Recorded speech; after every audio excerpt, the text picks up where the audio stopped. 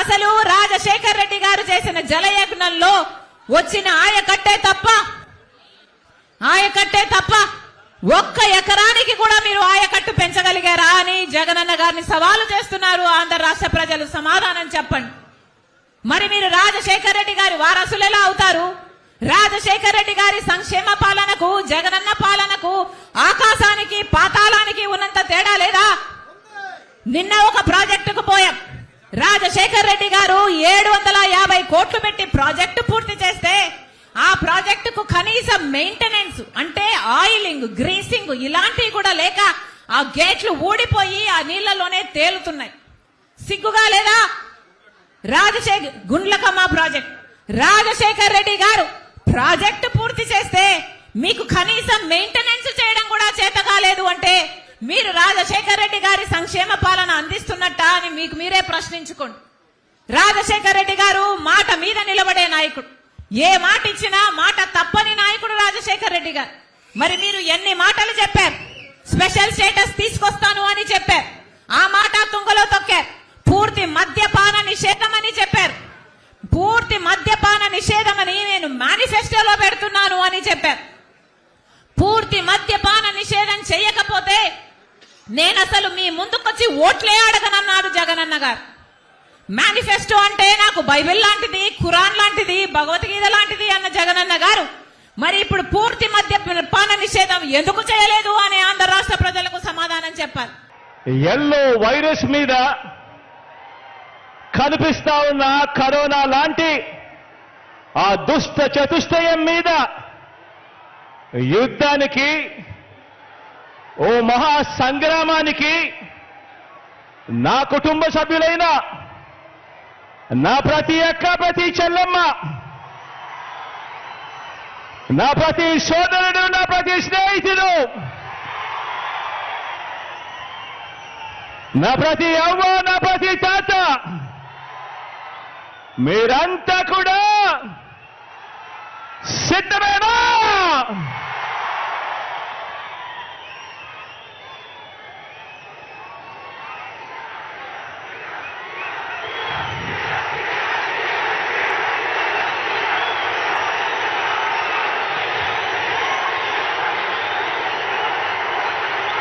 రామాయణము,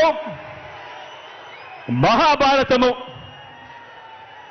మన కర్మ ఏమిటంటే మన రాష్ట్రంలో రామాయణము, మహాభారతము ఈ రెండింటిలోని ఉన్న విలన్లంతా కూడా ఓ చంద్రబాబు నాయుడు గారి రూపేనా, ఓ ఈనాడు రూపేనా, ఓ ఆంధ్రజ్యోతి రూపేనా, ఓ TV5 రూపేనా, ఓ దత్తపుత్రుడి రూపేనా, ఇతర పార్టీల్లో ఉన్న చంద్రబాబు నాయుడు గారి కోవొట్టులు, ఇంతమంది తోడేళ్లందరూ కూడా ఏకమై మీ జగన్ చుట్టూ బాణాలు పట్టుకొని రెడీగా ఉన్నారు. ఈరోజు ఆంధ్ర రాష్ట్రంలో చూస్తా ఉన్న పరిస్థితులు గమనిస్తే కానీ ఈ సీను వారి వైపు నుంచి చూస్తే ఈ సీను ఎలా కనిపిస్తుంది అంటే జగన్ ఒంటరివాడిలా కనిపిస్తాడు.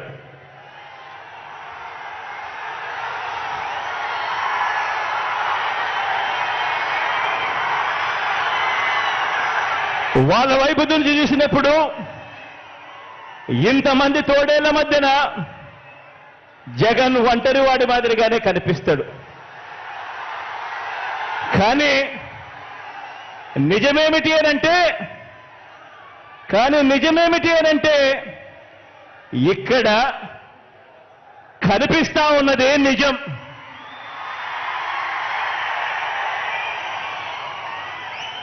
ఇది అసలు సీను. ఇన్ని లక్షల హృదయాలలో, ఇన్ని కోట్ల మంది హృదయాలలో మీ జగన్ మీ గుండెల్లో మీరు స్థానమిచ్చి మీ ఇంటి బిడ్డగా మీ జగన్ మీ గుండెల్లో ఉండడం ఇది నిజం.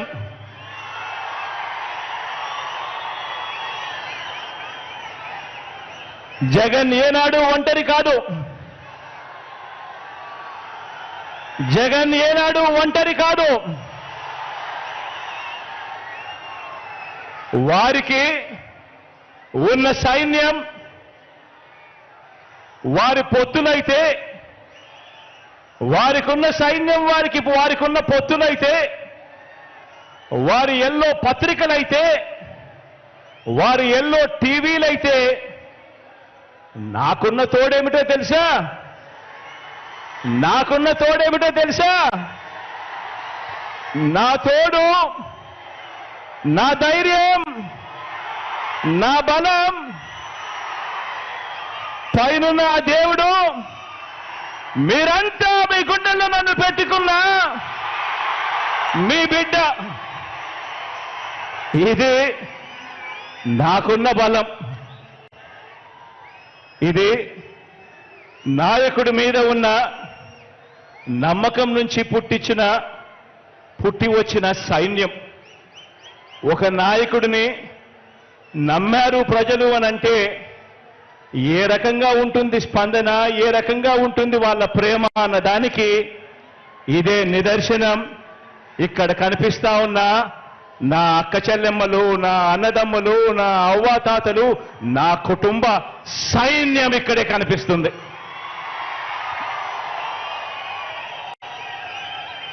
జరగబోయే ఎన్నికల రణక్షేత్రంలో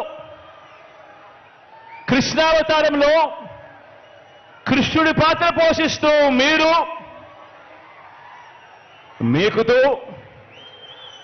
కృష్ణుడి పాత్ర పోషిస్తే, అర్జునుడిని నేను, మనందరి ప్రభుత్వం చేసిన మంచి మన అస్త్రాలుగా కౌరవ సైన్యం మీద మనమంతా కూడా పడతాము అని సందర్భంగా తెలియజేస్తా ఉన్నా. జరగబోయే ఎన్నికల యుద్ధంలో వారి దాడి ఎవరి మీద అంటే, మన సంక్షేమం మీద, మనం చేస్తున్న ప్రతి ఇంటికి మనం చేస్తా ఉన్న మంచి మీద, అభివృద్ధి మీద. మన ఎన్నికల మేనిఫెస్టోను మనం ఒక బైబిల్గా భావించి, ఒక ఖురాన్గా భావించి, ఒక భగవద్గీతగా భావించి, ఆ మేనిఫెస్టోలో చెప్పిన 99% హామీలను నెరవేర్చి మనందరి ప్రభుత్వం చేస్తా ఉన్న ఇంటింటి మంచి మీద, ఇంటింటి అభివృద్ధి మీద, పేదవాడి భవిష్యత్ మీద, పేదవాడి సంక్షేమం మీద, గ్రామం అభివృద్ధి మీద, సామాజిక వర్గాల అభివృద్ధి మీద వారు చేస్తా ఉన్నారు దాడి. ఆలోచన చేయమని అడుగుతా ఉన్నా. ఈరోజు మన పెత్తందారులంతా కూడా ఎవరి మీద దాడి చేస్తా ఉన్నారు అన్నది ఆలోచన చేయమని కోరుతా ఉన్నాను మిమ్మల్ని అందరినీ కూడా. మన ప్రభుత్వం అమలు చేస్తా ఉన్న రాబోయే తరం విద్యా విధానం మీద వీరి దాడి. పోర్టులు, హార్బర్లు, మెడికల్ కాలేజీలు, నాడు నేడుతో మనం మారుస్తా ఉన్న స్కూళ్ళు, హాస్పిటళ్లు,